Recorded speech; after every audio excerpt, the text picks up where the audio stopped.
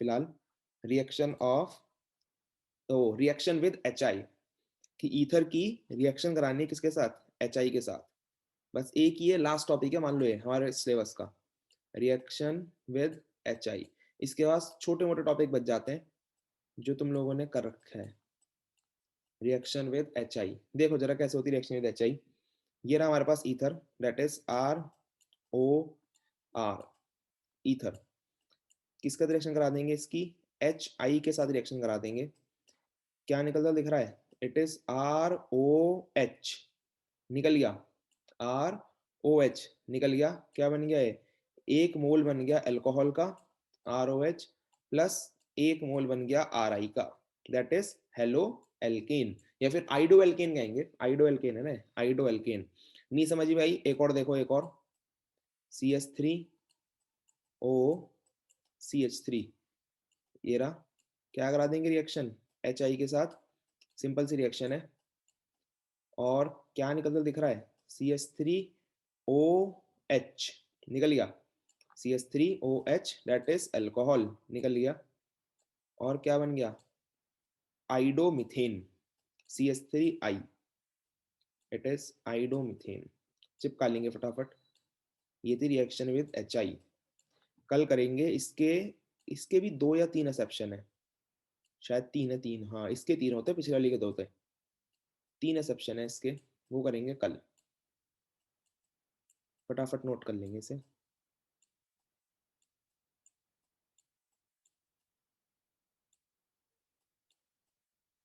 और ये वाली रिएक्शन कर लेना अपने आप, सही है। बाकी करेंगे नोट, नोट करके डाल लेना, या फिर नोट करके डाल लो, नोट करके, note exceptions, note exceptions of reaction, सही है ना। इसके एक्सेप्शन 3 है, 3 बस, 3 एक्सेप्शन है। पहला देखो, पहला पहला ही मोस्ट इंपॉर्टेंट है यार, बस पहला ही थोड़ा सा टफ है, और उसका भी ट्रिक है याद करने की। देख लो पहला, तुमने देखो गौर करा होगा इसके अंदर, बहुत सिंपल सा एक्सेप्शन है भी। तुम लोग अब तक सोचने चाहो ना तो सोच सकते हो इसे। बेसिकली जो हमने अब तक ईथर की रिएक्शन कराई HI से, उनमें ईथर बराबर थे, मतलब कि इधर भी CH3 इधर भी CH3, इधर C2H5 इधर भी C2H5, दोनों तरफ ईथर का जो नंबर था ना, एल्काइल ग्रुप का नंबर था, वो बराबर था। लेकिन अगर ये बराबर ना हो तो क्या होगा, जैसे ये देखो, अगर मैं ले लिया इधर की तरफ CH3O, C2H5, अब तुमको डिसाइड करना मुश्किल हो जाएगा कि तुम किसका बनाओगे अल्कोहल और किसका बनाओगे आइडो एल्केन। सही है भाई, रिएक्शन सबको याद ही होगी ना, कि हम लोग एक बनाएंगे अल्कोहल और एक बनाएंगे आइडो एल्केन। ये यहाँ से C2H5OH और C2H5I। अब इसके अंदर हम लोग किसका बनाए अल्कोहल और किसका बनाए आइडो एल्केन, ये डिसाइड करना है। जरा देखना कैसे डिसाइड होएगा। पहले ट्रिक बता रहा हूँ, ट्रिक बहुत आसान सी ट्रिक है। ये हमारे पास छोटा CH3 क्या है, हमारे पास छोटा मॉलिक्यूल है। C2H5 क्या है हमारे पास, बड़ा मॉलिक्यूल। और HI के अंदर हाइड्रोजन छोटा है, आयोडीन बहुत बड़े साइज का है। सही है, सबको पहले याद होगा, हमने पहले पढ़ चुका है, आयोडीन बहुत बड़ा साइज का होता है। तो हाइड्रोजन छोटा सा, आयोडीन बड़ा सा। अब खुद सोचो, ये छोटा सा एलिमेंट है, ये क्या चाहेगा कि ये बड़े वाले एलिमेंट कंबाइंड हो जाए, और ये बड़ा वाला है, ये क्या चाहेगा कि ये छोटे वाले का कंबाइंड हो जाए। तो बस ये करना अपने को, बड़े को छोटे के साथ, छोटे को बड़े के साथ मिला दो। दैट मीन्स ये CH3 इसका अटैच होएगा आयोडीन के साथ, तो बन जाएगा CH3I, CH3I हो गया कंबाइंड। मतलब कि छोटे वाले का बनाना है आइडो एल्केन और बड़े वाले का बनाना है अल्कोहल, ऐसे भी याद रख सकते हो। सही है, कि बड़े वाले को अल्कोहल देनी है और छोटे वाले को आइडो एल्केन से निपटा देना है। ठीक है, ये आगे ये यहाँ से क्या निकल जाएगा, C2H5OH। ठीक है, तो ध्यान रखना, छोटे वाले को बड़े के साथ और बड़े वाले को छोटे के साथ चिपका दोगे तो हो जाएगी रिएक्शन विद HI। सही है, समझ में आया छोटा सा फंडा, नहीं समझ में आया तो लिखो, लिखते लिखते समझना। फर्स्ट पॉइंट डाल लेंगे फटाफट। If we have unsymmetrical ether, इसे कहते हैं लोग अनसिमेट्रिकल ईथर, मतलब कि दोनों तरफ बराबर नहीं है, अलग अलग है। If we have unsymmetrical ether, then if we have unsymmetrical ether, then smaller alkyl group, then smaller छोटे वाला, smaller alkyl group can form halide, क्या बनाएगा वो, हेलाइड बनाएगा, and larger alkyl group and larger alkyl group can form alcohol, और बड़े वाला क्या बनाएगा, अल्कोहल बनाएगा। सही है, छोटे वाला बनाएगा हेलाइड और बड़े वाला बनाएगा अल्कोहल। चिपका लेंगे फटाफट, रिएक्शन चिपका लेंगे। अगर कोई इसका मैकेनिज्म कर सकता है ना तो प्लीज मैकेनिज्म भी करना और मेरे को बताना किस तरीके से करा तुम लोगों ने। तो हर मैकेनिज्म की शुरुआत जो होती है वो किससे होती है, रिएजेंट के तोड़ने से। सही है ना, it is a fission of reagent, fission कहता है फिशन, तोड़ना। मैकेनिज्म है CHANISM। और सबको याद होगा दो तरीके के फिशन होते हैं, एक होमोलेप्टिक और एक हेट्रोलेप्टिक। होमोलेप्टिक तो अब तक हमने करा ही नहीं है, वो सिलेबस में नहीं है, वो बहुत कम रिएक्शंस में इस्तेमाल होता है होमोलेप्टिक, क्योंकि इसके अंदर फ्री रेडिकल्स बनते हैं। कभी अगर कंपटीशन की तैयारी करोगे तो फ्री रेडिकल मैकेनिज्म पढ़ोगे, तो फ्री रेडिकल मैकेनिज्म होता है होमोलेप्टिक से। लेकिन हमारे सिलेबस में हर जगह हेटेरो इस्तेमाल होता है, क्योंकि ज्यादातर रिएक्शन हेटेरो से ही होती हैं। देखो जल्दी से, ये रहा HI, सबसे पहले क्या करेंगे, इसे ब्रेक कर देंगे और बना देंगे H positive plus I negative. सही है, अब कौन अटैक करेगा, H प्लस कर देगा अटैक। ज्यादातर देखा होगा तुमने, ज्यादातर H प्लस अटैक करता है। सही है ना, बिकॉज ये प्रोटोन है और प्रोटोन स्टेबल नहीं है, स्टेबल नहीं है तो क्या कर देगा, फटाफट अटैक कर देगा।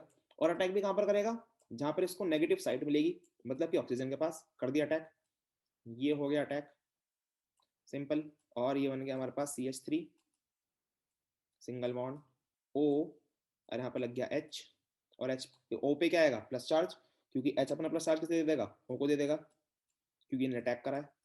सही है ना, ये आ गया C2H5, सिंपल। अब कौन अटैक करेगा, अब अटैक करेगा I नेगेटिव। अब देखना जरा तरीका I नेगेटिव अटैक करने का। I नेगेटिव अटैक करेगा पीछे से, याद आ रही कुछ बातें जो हमने पढ़ी थी, इन्वर्जन। हाँ जी बिल्कुल सही, इन्वर्जन। पीछे से अटैक करेगा CH3O, यहाँ पर आएगा H, बिकॉज ये एडिशन रिएक्शन है। पीछे से अटैक करने का देखना भी तो मतलब समझ में आ जाएगा। यहाँ पर ये रहा C2H5। अब I नेगेटिव अटैक करा, I नेगेटिव क्या कहेगा CH3 को कि आजा भाई मेरे साथ बॉन्ड बना ले, और क्या बनेगी, एक बनेगी इंटरमीडिएट स्टेट, ये रही इंटरमीडिएट स्टेट CH3, और इस तरीके से यहाँ पर OH और C2H5, ये बन गई इंटरमीडिएट स्टेट। अब क्या होगा, बॉन्ड ब्रेक हो जाएगा और जो हमको बनाना था वो बन जाएगा, दैट इज CH3I अलग निकल गया, CH3I अलग निकल गया, प्लस C2H5OH, C2H5OH, सिंपल। ये बन गया हमारे पास दो मॉलिक्यूल। सही है, चिपका लेंगे फटाफट mechanism, mechanism of reaction with HI। Second वाला और भी आसान है, बहुत आसान है सेकेंड वाला। ये देखो 3 डिग्री कि अगर हम लोग 3 डिग्री ईथर ले लेंगे तो क्या होएगा, ये हमारे पास 3 डिग्री ईथर, और इसकी रिएक्शन कराने हम लोग अब HI से, HI से रिएक्शन कराएंगे इसकी। अब इसमें क्या बनना चाहिए, मतलब कि देखो अभी तक हमने क्या पढ़ा था, बड़े वाले जाएगा छोटे वाले के साथ, छोटा वाला जाएगा बड़े वाले के साथ। अगर पेपर मैं तुम्हें ना कराऊं, मान लो सेकंड क्वेश्चन मैं नहीं करा रहा सेकंड एक्सेप्शन, तो तुम लोग क्या करते, तुम लोग क्या सोचते हैं कि हाँ सिंपल सा फंडा है, बड़े वाला जाएगा छोटे वाले के साथ, मतलब कि 3 डिग्री अल्कोहल बन जाएगी और CH3I बन जाएगा। लेकिन वही भी क्वेश्चन क्या हो जाएगा, गलत हो जाएगा। सही है, जैसे कि अभी देखो अभी ना इनने क्वेश्चन पूछा था प्रियांशी ने कि हाँ अगर हम यहाँ पर बॉन्ड तोड़ देंगे तो फिर ये प्लस चार्ज ऐसे हो सकता है कि प्लस चार्ज यहाँ पर चला जाए। बिल्कुल हो सकता था, और इसमें वही हुआ है बेसिकली कि जब ये बॉन्ड टूट गया, मान लो बॉन्ड यहाँ से टूटा, यहाँ से बॉन्ड टूटा, ठीक है ना, या तो बॉन्ड टूट सकता है यहाँ से, ध्यान से देखना जरा, दो कंडीशन है, दो कंडीशन, या तो बॉन्ड टूट सकता है यहाँ से जहां पे मैंने अभी मार्क लगाया, तो कुछ इस तरीके का हमको दृश्य देखने को मिलेगा। ये यहाँ पर आ जाएगा प्लस चार्ज, और प्लस यहाँ पर O नेगेटिव, और यहाँ पर आ जाएगा कार्बन। एक हो सकता है ये कंडीशन। दूसरी कंडीशन क्या हो सकती है कि बॉन्ड यहाँ से ना टूट के टूट जाए यहाँ से, ठीक है ना, क्योंकि ईथर का बॉन्ड टूटना तो वो है, टूटना ही टूटना है ईथर वाले का बॉन्ड, तो बॉन्ड टूट जाए यहाँ से, तो इसका मतलब किस तरीके की कंडीशन बनेगी, कुछ कंडीशन बनेगी इस तरीके की, सी सी सी, यहाँ पर आएगा C, और ये O अटैच रहेगा, और यहाँ पर नेगेटिव चार्ज, प्लस यहाँ पर आ जाएगा एक कार्बन। तो अब कोई मेरे को बताएगा इन दोनों में से कौन सा फेवरेबल है और क्यों, रीजन ही बताना, रीजन भी, कि इन दोनों में से कौन सी कंडीशन फेवरेबल है और क्यों फेवरेबल है। ये बॉन्ड तोड़े तो कहां से तोड़े और क्यों, ऊपर वाली या नीचे वाली? बिल्कुल सही। तो ऊपर वाली कंडीशन ही फेवरेबल है, ध्यान रखना, नीचे वाली कंडीशन फेवरेबल नहीं है। ऊपर वाली क्यों फेवरेबल है? बिकॉज ऊपर वाली बन रहा है 3 डिग्री कार्ब कटायन, ये रहा 3 degree carb cation which is most stable. But नीचे वाली में क्या बन रहा है? ओनली 1 डिग्री कार्ब कटायन, तो ऐसा होगा ही नहीं। तो जोन सी स्टेबिलिटी ज्यादा है वो सा ही प्रोडक्ट हमारे पास बनेगा। दैट मींस ऊपर वाली रिएक्शन पॉसिबल है। तो अब एच आई है, एच पॉजिटिव आई नेगेटिव, मतलब कि नेगेटिव वाले को चिपकाओ प्लस से, प्लस वाले को चिपकाओ माइनस से, और हो गई रिएक्शन। मतलब कि जो हमारे पास फाइनल आंसर आएगा that is 3 degree alkyl halide. सही है, कुछ इस तरीके से। ये यहाँ पर सी सी सी और यहाँ पर आ गया आयोडीन। तो ध्यान रखना है, अगेन असम्पशन है उल्टा चलता रही है। मतलब कि पहले हम लोगों ने क्या पढ़ा था, बड़े वाले चिपकाओ छोटे वाले से, छोटे वाले को बड़े वाले से, ये लेकिन यहाँ पर क्या है, यहाँ पर बड़े वाले को बड़े वाले से चिपका है। सही है ना, रीजन तो पता चल गया क्यों। और पिछले वाला याद ही रखना, क्योंकि पिछले वाला तो बहुत बार काम आना है, ये तो कभी कभी रिएक्शन आ जाती है बोर्ड में, कभी कभी आ गई। सही है ना, और ऊपर वाली तो हमेशा भी दिखाऊंगा, इस साल के सैंपल पेपर में भी आई हुई है।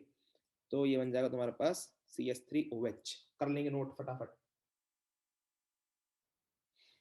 नोट कर लेंगे। और लेकिन एक सेकेंड, एक लाइन लिख लो, पहले एक लाइन लिख लो नोट करने से पहले। During the reaction of H I, during the reaction of H I, एक लाइन लिख लेंगे, during the reaction of H I with 3 degree ether, with 3 degree ether, comma 3 degree alkyl halide is formed, 3 degree alkyl halide is formed because, क्योंकि 3 degree carb cation is most stable, 3 degree carb cation is most most stable, 3 degree carb cation सबसे ज्यादा stable होता है। सही है, अब चिपका लेंगे। तो ध्यान रखना, ऊपर वाला नहीं होगा, नीचे वाला मुमकिन होगा। ऊपर वाले के अंदर फिनाइल कार्ब कटायन बन रहा है, that is unstable in nature. पहले हम लोग पढ़ चुके हैं, 3 कारण इस हमने पढ़े थे, resonance, sp2 hybridized and instability of phenyl carbocation. तो ऊपर बन रहा है इनस्टेबल फिनाइल कार्ब कटायन, तो ऊपर वाला बनेगा ही नहीं। नीचे वाला पॉसिबल है, नीचे वाला पॉसिबल है, तो ये क्या हो जाएगा, ये H प्लस और I माइनस, मतलब प्लस वाला का जाएगा माइनस वाले पे, मतलब क्या बनाएगा, ये बनाएगा फिनॉल प्लस आइडो एल्कीन, आइडोमिथेन इस केस में। सही है। और हाँ, जैसे अभी ने बताया ना, ये भी बता सकते हैं कि ऊपर वाला अनस्टेबल है, ये मतलब कि हमको मालूम नहीं है, लेकिन नीचे वाला स्टेबल है। नीचे वाला क्यों स्टेबल है? क्योंकि ये नेगेटिव चार्ज यहाँ पर आता लोन पेयर, तो इस वजह से क्या होता, इस वजह से होता है यहाँ पर रेजोनेंस। ओ सॉरी, गलत बना दिया। अब देखो देखो गलत बनाया, लेकिन सुनो ध्यान से सुनो, एक रीजन और है इसका। दो तो रीजन बता दिए, एक रीजन और है। एक रीजन और क्या है कि अगर मान लो तुमने ये बना भी दिया, ये तुमने बना भी दिया, तुमने मूर्खता के अंदर आयोडीन चिपका भी दिया, लेकिन ये स्टेबल नहीं है। क्यों स्टेबल नहीं है? ये क्वेश्चन हम लोग पहले कर चुके हैं, जब हमने पढ़ी थी बीडीसी की वो क्लोरो, जब HI से रिएक्शन, KI से रिएक्शन पढ़ी थी, KI से बीडीसी की रिएक्शन KI से। तो जब मैंने तुमको बताया था कि जो प्रोडक्ट बनेगा it is unstable due to steric reason. सही है ना, मतलब कि iodine very bulky in size and benzene ring very very very bulky in size. तो जब दो बल्की साइज आपस में अटैच होंगे तो due to the steric hindrance उनमें क्या हो जाएगा, सेपरेशन हो जाएगा। तो इस वजह से स्टेबल है ही नहीं है, तो इसका मतलब आइडोबेंजीन बन नहीं सकता। ठीक है, तो आइडोबेंजीन स्टेबल नहीं है, इसी वजह से वो भी नहीं बन सकता। ठीक है, अगर तुम्हारी बुद्धि में ना आए कि हाँ हम लोग कैसे प्रसार छोड़ेंगे, क्या करेंगे पेपर के अंदर, किस पे इतना टाइम रखा है कि यहाँ बॉन्ड तोड़ तोड़ के देखेगा, तो जरूरत भी नहीं है। क्योंकि अगर तुम आइडोबेंजीन बना दोगे तो वैसे गलत है वो, क्योंकि स्टायरिक की वजह से स्टेबल ही नहीं है। तो क्या बनाना तुमको, तुमको बनानी है अल्कोहल, दैट इज फिनॉल। सही है, तो ध्यान रखना पेपर में आएगा कि what happens when anisole reacts with HI, या फिर give the major product when anisole reacts with HI। तो इसका आंसर क्या आएगा, फिनॉल एंड आइडोएल्केन। ठीक है, थर्ड थर्ड लिख लेंगे, एक दो लाइन लिख लेंगे इसके अंदर भी। During the reaction of HI, during the reaction of HI with anisole, during the reaction of HI with anisole, it forms phenol। क्या बनाएगा वो, फिनॉल बनाएगा। it forms phenol but not iodobenzene but not iodobenzene because, क्यों? दो कारण है, दो, because it has two reason, because it has two reason, दो रीजन है। फर्स्ट फर्स्ट रीजन लिखेंगे, iodobenzene is unstable due to steric hindrance. First reason क्या है, ऐसे करके लिखना, first reason, iodobenzene is unstable due to steric reason, या फिर स्टेरिक हिंड्रेंस, या फिर स्टेरिक इफेक्ट, तीनों की बात है। सही है, iodobenzene is unstable due to steric hindrance. सही है, कुछ भी लिख लो, एक ही बात है। नेक्स्ट, सेकंड, सेकंड रीजन है, double bond character is present between, double bond character is present between oxygen and carbon due to resonance. Double bond character is present between oxygen and carbon due to resonance, मतलब कि इस oxygen के बीच में और इस carbon के बीच में, ये वाला जो कार्बन है इसके बीच में क्या है, डबल बॉन्ड करेक्टर है, मतलब कि इनके बीच में क्या होगा, रेजोनेंस होएगा। रेजोनेंस होएगा तो ये वाला बॉन्ड तोड़ना क्या है, मुश्किल। इसका मतलब व्हाइट वाला बॉन्ड टूटेगा ही नहीं, टूटेगा ही नहीं तो फिनाइल कार्बोकैटायन बनेगा ही नहीं। तो सही है, तो भाई ये फिनाइल कार्बोकैटायन वाला रीजन ये वाला बॉन्ड टूट जाता तो फिनाइल कार्बोकैटायन बन जाता, but phenyl carbocation is unstable and also due to resonance there is a partial double bond character present in between oxygen and this carbon atom, so this bond is not able to break with any incoming electrophile, electrophile नहीं, with any incoming nucleophile। सही है, तो लिखेंगे double bond character is present between oxygen and carbon due to resonance, hence it is difficult to break that bond, hence it is difficult to break that bond, ये bond तोड़ना मुश्किल ही नहीं नामुमकिन है। सही है, बना लेंगे, चिपका लेंगे, या फिर ऐसे नहीं चिपकाते, एक सेकंड रुको और अच्छे से बना लेते हैं। अगर देखो, अगर दो कंडीशन में लिखी दी है तो फिर एक ही क्यों करके दिखाएं, दोनों करके दिखा देते हैं। ये देखो जरा, अगर ऊपर वाली कंडीशन हुई तो ये बन जाएगा आइडोबेंजीन, जो कि स्टेरिकली फिट नहीं है। इसमें क्या है, दो बल्कि साइज ग्रुप हैं जो आपस में क्या करेंगे, रिपेल करेंगे, एंड एक बन जाएगा CH3OH। ये बने ना बने लेकिन ये अनस्टेबल है। और यहाँ पर क्या होएगा, यहाँ पर बन जाएगा इस तरीके से phenol, that is OH plus ये बन जाएगा CH3I। ठीक है, तो ये कर दिया मैंने दोनों रिएक्शन। ये इसमें लिख लेना यहाँ पर स्टेरिक इफेक्ट या स्टेरिक हिंड्रेंस, कुछ भी लिख सकते हो, स्टेरिक हिंड्रेंस।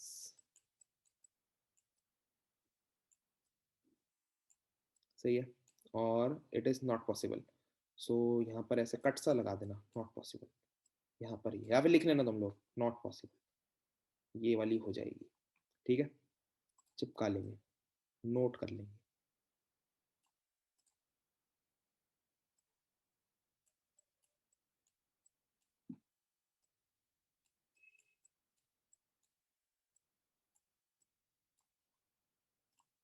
ये तीन क्वेश्चन है होमवर्क सबसे पहले तो, और थर्ड वाले में थोड़ा ध्यान रखना है। फिर ये एनसीईआरटी का वो है ये एग्जाम्पल, तो वहां पर देख भी लेना चाहे तो, क्योंकि बहुत बढ़िया क्वेश्चन है। बस ये सेप्शन मेरा थोड़ा बताना रह गया था, ये सेप्शन भी होता है, तुम्हें पता चल जाएगा जब तुम अपना करोगे तो। और ये रहे तीन क्वेश्चन, बहुत सिंपल सिंपल से क्वेश्चन है, एंड और उसके बाद हाँ ये भी है, और ये आखिरी, बस। ठीक है, तो ये होमवर्क कल को कर लाना, और जो उनसे ना हो, बाकी हो जाएंगे। बहुत आसान क्वेश्चन है, बहुत आसान, ना होने का तो जो जवाब सवाल ही नहीं है, बहुत आसान क्वेश्चन है, हो जाएंगे। ठीक है, बाकी करेंगे कल।